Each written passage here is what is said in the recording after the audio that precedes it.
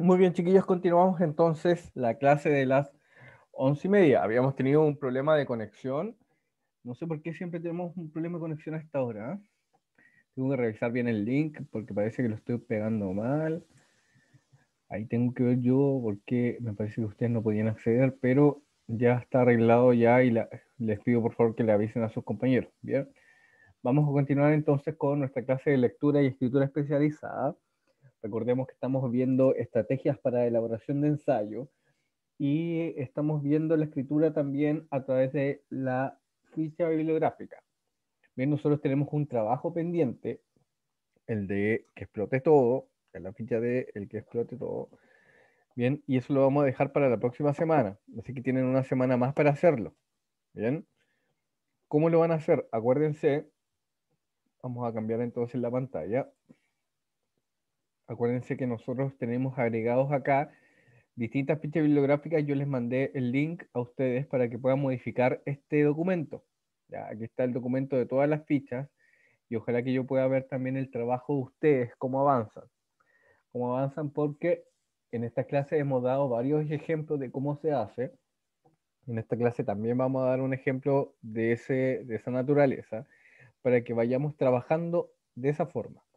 Bien, ¿por qué esta semana más? Porque ya la otra semana tenemos que hacer la retroalimentación para el primer parcial de noviembre, la primera semana de noviembre. Así que atentos ahí a las informaciones que les voy a dar también en, acá en el Google Classroom, ¿ya? Ustedes pueden escribir acá, por ejemplo, Natalia me preguntó, ¿ya? Así que para que puedan ustedes escribir acá y vamos a hacer una actividad muy sencilla también acá en el Google Classroom que yo necesito que hagan para poder continuar nuestro trabajo, ¿bien? Entonces vamos a la pizarra virtual. Bueno, la actividad de hoy es recordar qué es lo que era una ficha, ¿ya? La estrategia de ficha aquí, ¿por qué estamos haciendo esto? Dice creación de fichas bibliográficas. Las fichas bibliográficas son instrumentos en los que se registran de manera independiente los datos de las obras consultadas, ¿ya? Esto es lo que necesito yo, incentivar en ustedes la lectura y el registro de información. ¿Ya? Es lo primero, el primer paso para luego después construir un ensayo. Siempre se hace de esa forma. Bien, estas fichas permiten identificar un libro en particular, un paper de investigación o cualquier artículo científico con finalidad de localizarlo física o digitalmente para la clasificación de fuentes. Bien, nosotros estamos trabajando por ahora en la construcción de fichas bibliográficas desde columnas de opinión. ¿Por qué elegí las columnas de opinión? Ustedes me preguntarán, ¿por qué las preguntas de las columnas de opinión? Porque las columnas de opinión, porque las columnas de opinión son breves y además, y son breves, coma, y además son textos, además, además son textos polémicos. La semana pasada, por ejemplo, leímos uno que hablaba del lenguaje inclusivo y ya hubieron algunas reacciones de ustedes, que a mí me pareció bien interesante, pero que esas reacciones también tienen que ir incentivando una investigación. Eso uno no se puede quedar con decir que sí o decir que no, no más, sino que tiene que incentivar esa investigación. Bien, aprovechamos de saludar entonces a Amanda, a Carolina, a Denise, a Dylan también que está conectado, a José, a Matías Arco que de nuevo se conectó con nosotros y a Valentina Lanas. Muy bien, muy bien. Tenemos 8 alumnos entonces en esta clase que estamos recordando la estrategia de fichaje de información. Bien, preparación de un fichaje bibliográfico. Acá vamos a leer esta columna que se titula El reventón social en Chile. Bien, es una columna del año pasado que habla de una mirada histórica. ¿Ya? ¿Dónde voy a rescatar esa mirada histórica? Desde los historiadores, y en este caso vamos a leer una columna del historiador Gabriel Salazar. ¿Bien? Gabriel Salazar, por supuesto, muy polémico en sus declaraciones, ¿ya? No toda la gente, por supuesto, está de acuerdo con el historiador, pero es parte también de la discusión académica y es muy importante que ustedes lo sepan. En la discusión académica, la verdad siempre está en debate, siempre está en disputa. Y lo que se tienen que fijar ustedes es en las fuentes de información siempre que ocupan los autores. Bien, vamos a saber quién es Gabriel Salazar. Dice: Gabriel Salazar es historiador, es docente en el Instituto de Historia de la Universidad Católica y del Departamento de las Ciencias Históricas de la Universidad de Chile, hasta hoy. Entre sus libros cabe destacar Labradores, Peones y Proletarios, Los Pobres, los Intelectuales y el Poder, Historia Contemporánea de Chile, en 5 volúmenes con Julio Pinto, Ser Niño Guacho en la Historia de Chile, Mercaderes, Empresarios y Capitalistas, Chile, siglo XIX, Conversaciones con Carlos Altamirano, Historia de Villa Grimaldi. En el 2006 recibió el Premio Nacional de Historia. Bien, vamos a leer entonces un premio nacional a un historiador que trabaja en la Universidad Católica y en la Universidad de Chile, y vamos a revisar entonces qué nos dice con respecto a el Reventor Social de Chile. Bien, nosotros vamos a revisar constantemente, y aquí cambié la pantalla, distintas columnas de opinión, y a mí me gustaría que ustedes pudieran observar, ya pudieran observar y pudieran también explorar algunas fuentes de información.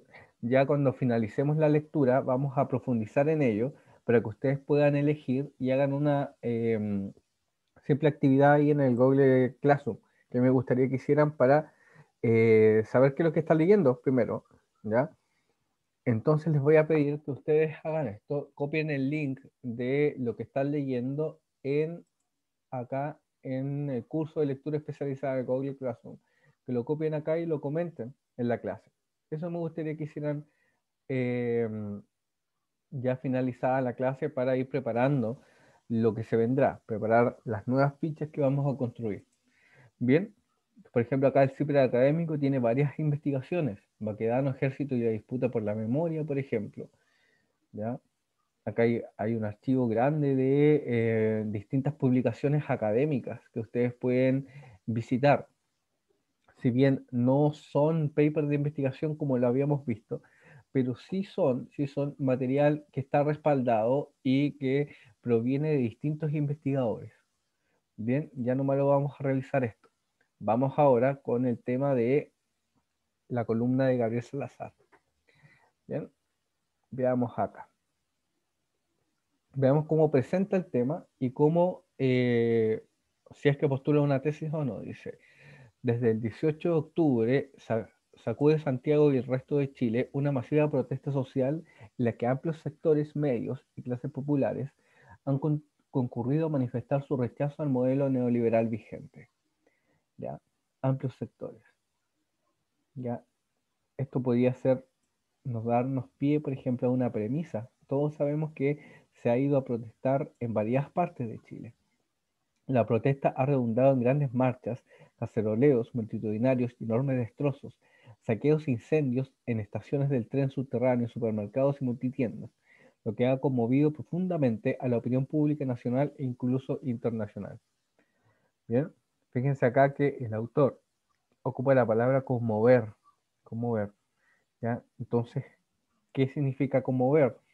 Que alude, por ejemplo, a los sentimientos o nos ha provocado muchas sensaciones. Claramente, por ejemplo, esta columna del año pasado también provocó sensaciones en nuestra escuela. No sé si se acuerdan ustedes que tuvimos que acortar la jornada, también con varios alumnos pudimos reflexionar sobre lo que estaba pasando en Chile y también es parte de informarse, chiquillos, que es gravitante para la edad que tienen ustedes y para el curso que estamos haciendo, que es lectura y escritura especializada. Sin duda se trata del reventón social más extendido, violento y significativo que ha vivido el país en toda su historia. Y el único, además, que hasta ahora no ha dado lugar a una sangrienta masacre como respuesta por parte de los aparatos policiales y militares del Estado central. Dadas estas características, se hace necesario trazar algunas perspectivas históricas mínimas para precisar su especificidad política y sus posibles proyecciones. Bien, este es el propósito entonces de que tiene Gabriel Salazar, darnos algunas perspectivas históricas para poder comprender lo que está sucediendo en Chile. Vamos a ver si lo logra. Dice, número 1, debe tenerse en cuenta que en Chile desde el 73 se impuso por la violencia extrema un modelo neoliberal de laboratorio, por la necesidad estratégica de demostrar en el marco de la Guerra Fría que la economía de mercado podría generar desarrollo económico-social y no solo subdesarrollo como se planteó en el tercer mundo en las décadas del 60 y el 70. ¿Ya? Aquí nos pone entonces un contexto de cuándo se impuso el modelo neoliberal. A efectos se dictó la Constitución del 80, ilegítima. Fíjense que acá él ya toma una postura sobre la legitimidad o ilegitimidad de la Constitución. Se aplicó el modelo neoliberal diseñado por la Universidad de Chicago. Se habilitó la entrada libre para el gran capital financiero internacional y por la reactivación económica producida por este capital. Se integró a Chile en la Organización para la Cooperación y Desarrollo Económico, la OCDE, algo que nosotros ya sabemos, ¿no? También aquí hay otra premisa, y arriba también visitábamos a un argumento. Por su carácter paradigmático, para salvar ese modelo, se retiró al general Augusto Pinochet del comando superior del proceso. Era disfuncional y la vieja clase política civil chilena aceptó administrar la herencia recibida como premio por traicionar sus viejas lealtades socialistas o estatistas. ¿Ya? Acá hay una parte bien polémica que nosotros también podríamos debatir si es que conociéramos otras fuentes de información. Sigamos leyendo. El rechazo de la ciudadanía a la tiranía militar, a la llamada transición a la democracia y al gobierno se encabezó desde 1990. El presidente Patricio Aylwin fue inmediato y además creciente. En el 91, una encuesta pública realizada por los programas de las Naciones Unidas para el Desarrollo demostró que el 54% de los chilenos adultos rechazaba, no creía o no confiaba ni en el Estado ni en los partidos políticos, y menos aún en los políticos. Fíjese acá que arriba había puesto su opinión más bien como premisa, y acá ya está dándonos un argumento. Nos está dando un argumento en base a el programa de Naciones Unidas, una encuesta que habla sobre el rechazo a la clase política. Esta cifra fue creciendo consistentemente desde entonces y alcanzó entre 2007 y 2019 cifras que fluctuaban entre el 80 y el 95%.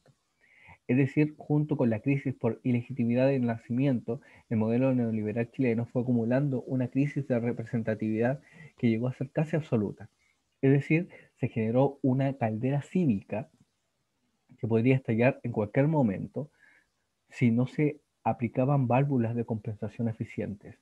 Finalmente, el estallido se produjo en el fin de semana pasado, weekend pasado. ¿Ya?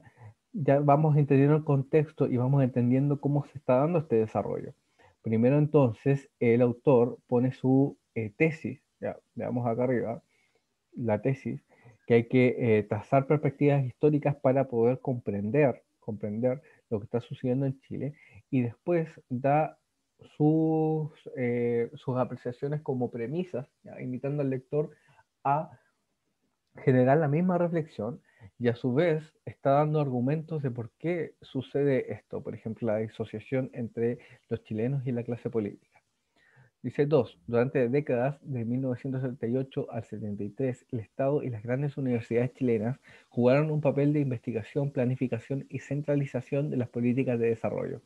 Esto convirtió al Estado y al sistema de partidos políticos en una gran maquinaria patriarcal. El Estado era empresario desarrollista, protector asistencial de trabajadores, mujeres y niños, promotor de las reformas estructurales, reforma agraria, educacional, tributaria, etc. Y finalmente, durante los gobiernos de Eduardo Frei Montalva y Salvador Allende, fue un Estado revolucionario, en libertad y legalidad. La, la conversión en Chile al Estado liberal en un Estado patriarcal planificador, Providence State, lo llamaron sociólogos norteamericanos, transformó a la ciudadanía sociocrática soberana en periodos de 1918-1925 en una masa callejera, disciplinada, demandante y protestante, conciliadora de caudillos y vanguardias, respetuosa de leyes vigentes y sobre todo la Constitución de 1925. Este tipo de Estado liberal, pero reformista y revolucionario, estamos hablando de lo que había entonces antes del 73, experimentó una crisis económica sostenida entre el 45 y el 70, y una crisis política catastrófica del 73. Como se sabe, la tiranía militar eliminó ese Estado y ese tipo de ciudadanía desde 1973 mediante un brutal triple shock. Eliminó con ello tanto la política revolucionaria de izquierda como la política reformista del centro. De este modo, la ciudadanía, en especial la clase popular, debieron comenzar a construir un camino político distinto. Por eso, cuando en el 91 el 54% de los chilenos rechazó el modelo neoliberal, la ciudadanía ya no era masa seguidora, sino un movimiento social. Esto es gente que tendría a pensar por sí misma, que tendría a pensar por sí misma y adoptar posiciones políticas autónomas, con creciente independencia de los partidos políticos. ¿Ya? Lo que nos está diciendo entonces Gabriel Salazar es que hay una disconformidad y hay una separación entre lo político ejemplificado por el Estado y la ciudadanía. Tiene mucha atención para poder entender y ver si se cumple la tesis o no del historiador, que nosotros podamos comprender lo que está sucediendo en Chile. De este modo, en 2001, 50.000 estudiantes de enseñanza media salieron a la calle en el llamado mochilazo para rechazar el modelo neoliberal, gritando una consigna revolucionaria: la asamblea manda. Esto puede traducirse como mandamos nosotros, no los partidos ni el gobierno. En 2006 salieron a la calle ya 50.000 en Santiago, sino 1.400.000 adolescentes en todo Chile, en las protestas conocidas como el Pingüinazo, y gritaban lo mismo. El PNUD, que venía observando el proceso desde 2001, desde el 91, diagnosticó: en Chile está en marcha un proceso de ciudadanización de la política. En 2011, en esta misma lógica, se movilizaron masivamente estudiantes universitarios. Desde 2012 lo hicieron las asambleas ciudadanas territoriales, en Freitina, Punta Arenas, Aysén, Calama, Chiloé, Pascualama, etc. Y en 2018 masivamente la marea feminista. Los gobiernos neoliberales de fines del siglo XIX y comienzos del siglo XXI, de Patricio Aylwin, Eduardo Frei Ruiz-Tagle, Ricardo Lagos, Michelle Bachelet y Sebastián Piñera, sin atender a la dirección a la que apuntaba el movimiento ciudadano, no hicieron más que completar y perfeccionar el modelo neoliberal original, dándole una apariencia modernista, democrática y futurista. Todo ello bajo el apotegma de que Chile era el jaguar de América Latina, una analogía con los tigres del sudeste asiático. De este modo, privatizaron la educación, la salud, el agua natural y potable, la previsión, el transporte, las comunicaciones, las carreteras, la pesca, los bosques, las salmoneras, y permitieron gigantescos entendimientos ilegales entre las grandes empresas multimillonarios, desfalcos y evasiones tributarias. Ahí también hay un elemento que nosotros ya conocemos, ¿ya? Y que se refiere a la privatización de los medios de producción.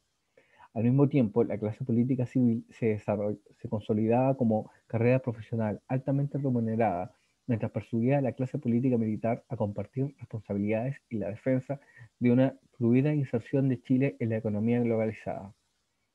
Eso también lo sabemos nosotros, para permitir que las grandes inversiones extranjeras continuaran dentro del país impulsando su desarrollo. Esta política descargó un enorme peso sobre los ingresos de la clase popular y en los grupos medios. La extracción de las plusvalías se incrementó rápidamente y llegó a nivel absoluto, disminuyéndose detrás de una gigantesca oferta de créditos de consumo que permitió a los pobres consumir lo que deseaban, comprando a crédito mercancías que dan estatus de clase media. Así, según informes difundidos en la prensa, un hogar chileno promedio carga una deuda equivalente a casi el 75% de su ingreso familiar y 8 veces el total de sus ingresos en un año. Todo es mercancía y todo se paga a crédito, incluyendo la salud, la educación y los 480.000 automóviles nuevos que año tras año se importan en el país. La probabilidad absoluta se disimula detrás de un crédito inflado al máximo. Por eso, el desarrollo en Chile ya no se mide en el aumento de la producción, sino en el aumento de las transacciones comerciales. La explotación extrema se esconde, pues, detrás del púdico velo del hiperconsumismo. ¿Eh? Eso yo no lo sabía en cuanto al aumento de la producción, por ejemplo. Aquí ya encontramos un argumento porque se alude, por ejemplo, a ciertos estudios y también al análisis sobre la producción en Chile. A la crisis por ilegitimidad sistémica y a la crisis de representatividad política se suma, pues, la de la plusvalía absoluta escondida detrás del consumismo. Y como si fuera poco, esta vía de presión carece de válvulas de escape o compensación. Aquí vuelve, por ejemplo, a la misma metáfora de la válvula de escape. Fíjense acá. Primero porque en Chile ya no hay izquierda ni dentro ni fuera del Parlamento. Todos los partidos respetan la Constitución del 80 y o promueven reformas pro modelo. Según porque las ideologías revolucionarias, todas ellas eran importadas, fracasaron con Allende y Miguel Enríquez después del 73. Aunque hay una nueva izquierda, los nuevos partidos son percibidos como el sector juvenil de la clase política. Tercero, porque las ONG de los años 80 y 90 Z que trabajaron inmersas en la sociedad civil y para la sociedad civil ya no existen. Cuatro, porque todas las universidades actuales están impregnadas por la praxis neoliberal, individualismo, obsesión con el currículum personal, competencia entre intelectuales y entre universidades internacionales de sus académicos y sus papers, masas estudiantiles desconcertadas, etc. Razón por lo que ya no piensan los problemas del país y la ciudadanía. Ojo acá, ¿ya? Eso es muy importante. ¿Cómo, por ejemplo, podemos pensar desde la universidad, la ciudadanía y los problemas del país, donde ya están muy alejados, sino sus carreras académicas individuales? Y quinto, porque los políticos y los partidos, aparte de su campaña electoral exacerbada porque se les paga una cantidad de dinero por cada voto que obtienen, no tienen contacto real ni permanente con sus bases electorales. En resumen, el importante proceso de ciudadanización de la política que detectó el PNUD hace ya casi 20 años carece de apoyo teórico, de definiciones políticas y de acompañamiento orgánico, pues se trata de un proceso nuevo y de un tipo de política que, si bien se ha practicado en el pasado, está aplastado por un enorme bloque de conveniente anestesia teórica. El desconcierto político de los ciudadanos agrega, pues, por su lado, un ancho tapón que retarda la explosión coherente de la caldera total. 5. En el contexto del actual gobierno de derecha y neoliberal puro, que paradojalmente fue elegido por segunda vez, no consecutiva, con la mayoría significativa, se sintió cómodo para iniciar una serie de propuestas legales tendientes a perfeccionar aún más la rentabilidad empresarial, apostando a que la rentabilidad es la base del desarrollo excepcional de Chile, un modelo neoliberal que ya es más perfecto del orbe. Enseguecido por su triunfo electoral, Piñera tomó en cuenta la cuádruple caldera de presión que tenía bajo sus pies. Perdón, no lo tomó en cuenta. La actitud y las declaraciones del presidente Piñera son patéticamente expresivas de esta ceguera. Somos un oasis de la convulsionada América Latina. Por eso solo faltaba la chispa, cualquier chispa que, chispeando la piel de los adolescentes en Chile, que han demostrado desde el siglo XX que tienen más sensibilidad histórica y rentabilidad política que los estudiantes universitarios y proletarios juntos, hizo estallar todas las calderas a propósito de una aparente nimiedad. Un alza de 30 pesos en la tarifa del metro de la capital, un sistema de transporte particularmente caro, cuando la opresión sobre la ciudadanía total es múltiple y llega a un punto barométrico extremo. Cualquier bengala puede producir un estallido de crisis larvada y alargada por demasiado tiempo. Dice, en Chile ha obtenido desde el siglo XVI un bajo pueblo, demográficamente mayoritario, pero majaderamente maltratado. El pueblo mestizo, desde el siglo XVI hasta el día de hoy, el pueblo mestizo se ha constituido entre el 52 y el 68% de la población nacional. Nació como un pueblo sin territorio, sin acceso legal a la propiedad, sin memoria propia, sin lenguaje propio, y por decisión del rey de España y después por conveniencia de la oligarquía mercantil chilena, sin derecho escrito. Bien, entonces, ¿qué es lo que está haciendo aquí Gabriel Salazar? Está poniéndonos en relación a la historia y en relación a lo que está sucediendo hoy en el país. Como no tenían derechos, dice, esta condición fueron expoliados salvajemente por los propietarios, prestamistas, molineros, habitadores, militares e incluso por los diezmeros de la Iglesia Católica. Desesperados, muchos se fueron a los cerros y a las cordilleras, donde se transformaron en colleras, gavillas, cuatreros y montoneros, que asaltaron y saquearon haciendas, fundos y pueblos enteros. El bandidaje rural chileno se extendió desde 1700 hasta aproximadamente 1940, Ni la policía ni el ejército pudieron eliminarlos. De todos modos, por la presión excesiva, decidieron desde 1880 emigrar a grandes ciudades, las que cercaron con rancheríos y conventillos. La ciudad mestiza llegó a ser 3 veces más grande que la ciudad culta de la oligarquía. Como ni el paso, ni el espacio rural ni el espacio urbano fueron integrados por la economía productiva en expansión, la oligarquía mercantil hizo abortar 3 movimientos de la industrialización en Chile. El roto rural o minero fue reemplazado y multiplicado con creces por el roto urbano. Esto explica, de hecho, que cada vez que en Chile se desató un desorden político institucional, las masas mestizas urbanas salieron de su periferia, invadieron y saquearon el centro comercial y a veces residencial de la ciudad. Así ocurrió en Valparaíso en 1903, en Santiago en 1905 y 1957, y en varias ciudades del país durante la tiranía militar, entre 1983 y el 87 sobre todo. En todos los casos protagonizaron un reventón social que estremeció a nivel pánico y la institucionalidad política y la seguridad de la clase dirigente y abrió procesos de cambio estructural que nunca maduraron del todo. ¿Ven? Aquí entonces Gabriel Salazar nos pone en relación con la historia y en relación con lo que somos nosotros, ya una clase mestiza que finalmente está buscando sus derechos. Hasta 1989, los múltiples reventones sociales no habían logrado fraguar con éxito en Chile ninguna revolución social. Dice, el modelo neoliberal impuesto por Pinochet ha producido un gran desarrollo transnacional y consumista, pero este desarrollo solo ha disfrazado al pueblo mestizo con un barniz consumista, que no ha alterado en nada su marginalidad crónica y su ausencia de identificación profunda con la cultura occidental que tanto ama la oligarquía chilena, y su honda rabia por haber sido por siglos un sujeto de integración total a la sociedad moderna. Por eso, la destrucción de la materialidad de aquella cultura, lo que ha hecho sistemáticamente desde el siglo XIX, reapareció el nuevo weekend pasado, como una apoteosis del consumismo, robo y saqueo de mercancías, una guerra de recursos multicentenaria, y a la vez como sabotaje violento contra el sistema que los excluye, destrucción e incendio de supermercados y shopping centers, símbolos del sistema. Todo indica que la ciudadanía y el pueblo mestizo le dieron al modelo neoliberal chileno un golpe letal, el cual muy difícilmente se recuperará. Y como ni el ejército ni la policía desencadenaron una represión sangrienta sobre el pueblo amotinado, se ha abierto una brecha inesperada donde la ciudadanización de la política puede avanzar y desplegarse. Muchas comunidades y grupos tienen conciencia de esta posibilidad. El problema es que no tienen una experiencia cabal de esto, ni memoria histórica, de agentes intelectuales y políticos que estén en condiciones de ayudarlos en este trance.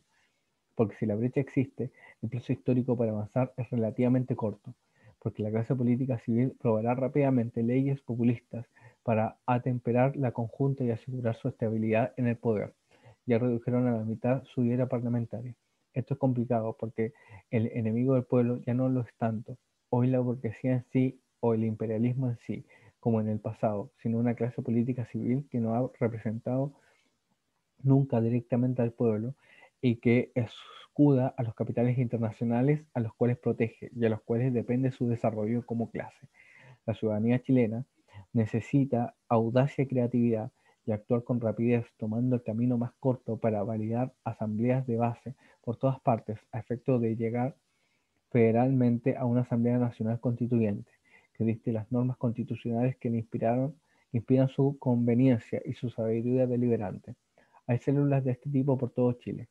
Hay una ley, la 20.500 de participación ciudadana, que le proporciona el procedimiento y las articulaciones institucionales para culminar su tarea. Ya estalló la chispa para la presión revolucionaria insista en la rebelión, pueda desplegarse y orientarse. Pero el peso de la noche, que ya ha durado siglos, y la debilidad teórica y política conspiran en su contra. Pero es necesario confiar en el instinto humano, social y comunitario de una ciudadanía despierta y deliberante. Bien, hasta ahí llegó entonces la pequeña columna de Gabriel Salazar. Si ustedes se fijan, nos pone en relación entonces con la historia de Chile, con una caracterización también de la población y cómo se han dado en legitimidad o ilegitimidad ya las relaciones del poder en nuestro país, donde hay una cosa a destacar, lo que hay que destacar, por ejemplo, es la disociación, ¿ya? Esta lejanía entre la clase política y las necesidades finalmente de los más desamparados o de las clases más bajas. ¿Bien? Esta es una mirada del reventón social, ya una mirada desde el inicio que eh, a mí me parece bien, bien polémica también. Bueno, se dan varias atribuciones acá en cuanto a la construcción de la premisa del autor, porque el autor finalmente es un historiador, entonces tiene su punto de vista, tiene sus metodologías para la investigación, entonces lo relaciona así. Por ejemplo, en esto de la falta de dirección académica, que claro, tiene razón en que las universidades finalmente están disociadas del mundo social, ya están lejanas del mundo social, pero que no sé si falte preparación. En realidad la ciudadanía también tiene varias preparación para plantear estos problemas, para tener una posición frente a la pobreza, por ejemplo, y el subdesarrollo, que finalmente se está manifestando, ¿no? ¿Ah? Eso sin hacer vista gorda frente a la violencia que está sucediendo en el país, que también tiene sus fundamentos históricos, tal como nos dice Gabriel Salazar. ¿Ya? Esos fundamentos estriban en que las personas que hacen o que mantienen estos desmanes y todo, ¿ya? Tienen una base histórica que les permite de algún modo no legitimar, sino que comprender a la luz de lo que estamos nosotros investigando, por qué sucede esto, ¿ya? Y que también tiene una raigambre histórica detrás que permite de algún modo comprender lo que está sucediendo en Chile. ¿Eh? Esto es muy importante, porque no siempre se toma la historia para hacer esta mirada histórica sobre lo que está sucediendo. ¿Ya? Y la historia finalmente siempre de algún modo se repite, ¿no? Ahí está Gabriel Salazar, se repite eh, para que nosotros también tengamos el desafío de comprenderla y comprender también los fundamentos de por qué suceden estas cosas en el país. Bien, ¿qué les voy a pedir yo a partir de esto? Ya lo leímos, ya hablamos sobre la introducción, el desarrollo, la conclusión, también vimos las premisas, vimos también la tesis misma del autor y la conclusión. Y la conclusión. Lo que yo les voy a pedir es que ustedes exploren aquí el ciberacadémico, que está acá. Bien, hay varias columnas que nosotros podemos resumir en el futuro. ¿Ya? Yo les voy a mostrar acá el aula virtual también. Vamos a salir de aquí un poquito, limpiar y salir. Que aquí en la parte de recursos hay varios links que ustedes pueden visitar. ¿Ya? Están los ensayos críticos en Chile y la revista Carjal, que es una que yo siempre leo también. Bien, y también lo de sí porque es bien interesante. Por ejemplo, yo voy a elegir un texto de cita. Ya, voy a elegir este entonces, Baquedano, Ejército de la disputa por la memoria. Ya, voy a copiar aquí entonces el link y el autor. Copiar. Vamos entonces a lectura y acá les voy a poner ejemplo. Ya, ejemplo, voy a poner acá,